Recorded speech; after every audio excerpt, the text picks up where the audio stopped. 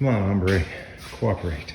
All right, ladies and gentlemen, boys and girls, it is time to turn the first wrench on the Bad Hombre.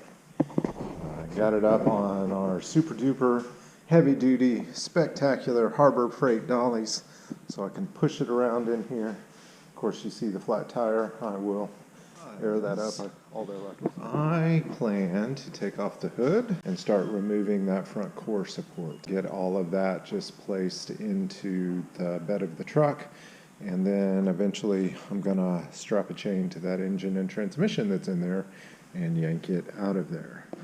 All right, boys and girls, progress on the Hombre. But I got that whole front clip off, or core support, and it's sitting over here. So I am going to work on jerking this drivetrain out of there tomorrow. It is Halloween weekend, and we are about to get started on the Hombre. It is, what time is it? Time at home is 2:13. Excellent, 2:13 on a Friday afternoon. Mike just arrived in the dark night.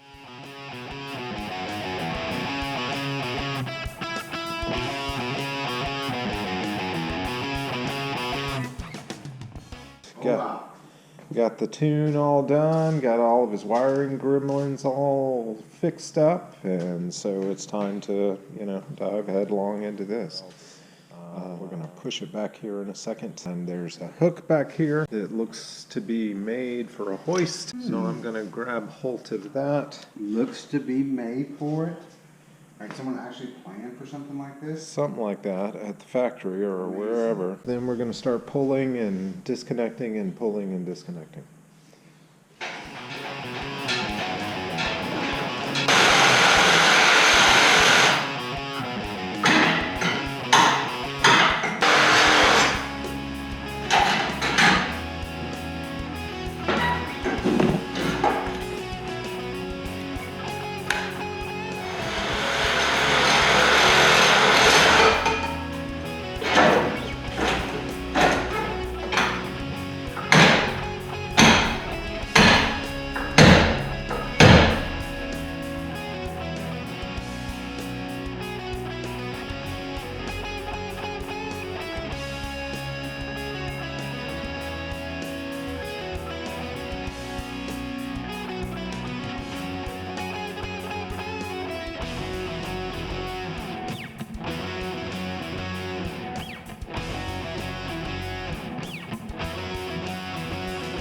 In doing my research for the Hombre project, I came across this channel. It's Robbie V's Garage. He is out of the Phoenix area, and he and his dog Roxy have a place together. He was working on an old pickup, a C10 here. That one has since moved on. These days, he is working on a square body S10. He's had it about 2 years. He LS swapped it and put a turbocharger on it and is running it all through a carburetor. He's really got some great fabrication skills. I have absolutely learned a ton from him. He does race the truck, going pretty quick with it. In fact, he went to Vegas for LS Fest and won his class. Go and check him out. He is Robbie V's Garage.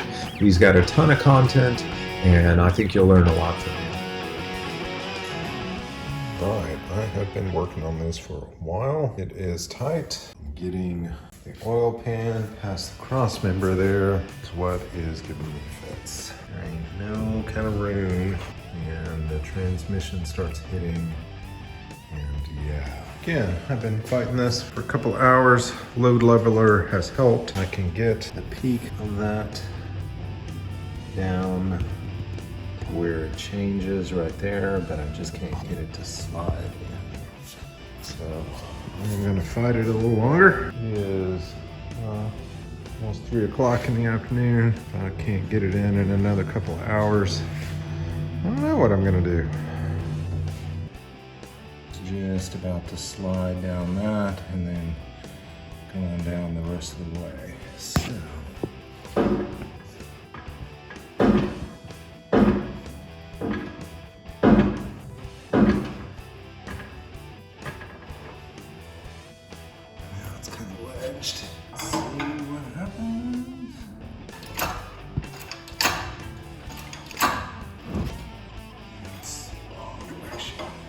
wedged. After a FaceTime consultation with the older brother, I got the idea to go ahead and pull the pan off and slide it in. And as you can see, it is lined up now. Now let's see if we can slide the pan back in and reattach it. If we can do that, we are golden. If we can't do that, I have just wasted about an hour. So time will tell. I will check back in. Had to do a little pan modification. Had to cut into that tray as it sits right here, suspended right over the mounts. I couldn't quite get that dipstick tube to go and slide on in without cutting out a chunk of that pan. So I took that out and did that and ground it all smooth again. Hopefully it won't make too big of a difference. We're gonna give this another try. What are you looking at? Here we are again, boys and girls. Same problem. Can't get it past there. Did take off the AC box, and the engine is so tight back there. We've got a jack supporting the back of the transmission, but it just won't go past there.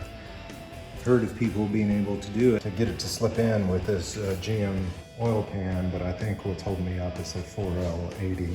It's just a larger transmission than the 4L60. I got after the, the transmission tunnel with my version of a BFH right there, and gave it what for, and that gave me a little bit of clearance, but it did not give me enough.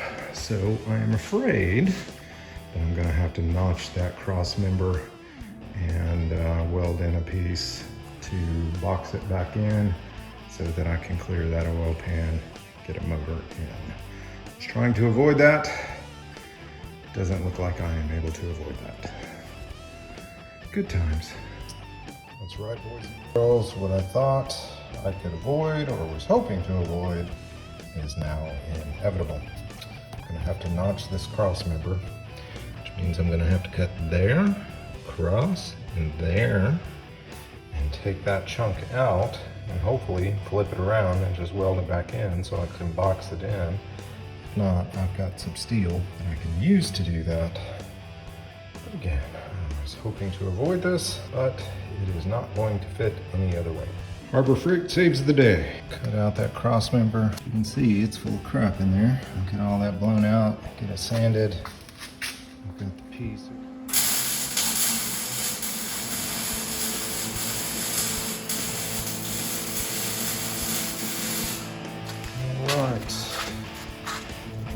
Let's call this boxed.